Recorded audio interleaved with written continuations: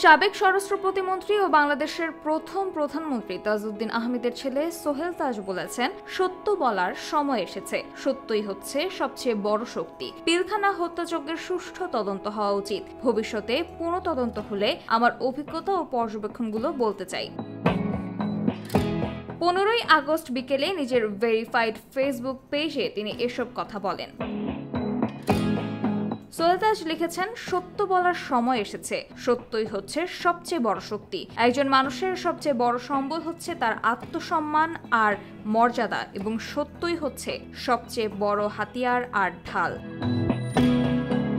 BDR বিদ্রোহের সময় স্বরাষ্ট্রমন্ত্রী ছিলেন সাহারা খাতুন আর স্বরাষ্ট্র প্রতিমন্ত্রী ছিলেন সোহেল তাজ। অভিযোগ ওঠে পিলখানা ট্র্যাজেডির ঘটনার পরিকল্পনায় যুক্ত ছিলেন সোহেল তাজও, যদিও সোহেল তাজের পক্ষ থেকে দাবি করা হয় ঘটনার সময় তিনি দেশের বাহিরে ছিলেন।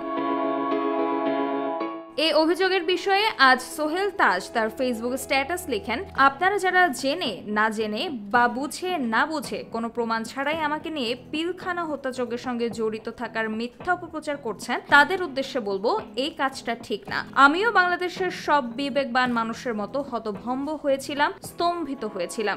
আমিও মানসিকভাবে মর্মাহত হয়েছিলাম। আমিও সত্য জানতে চাই এবং সুষ্ঠু তদন্ত চাই।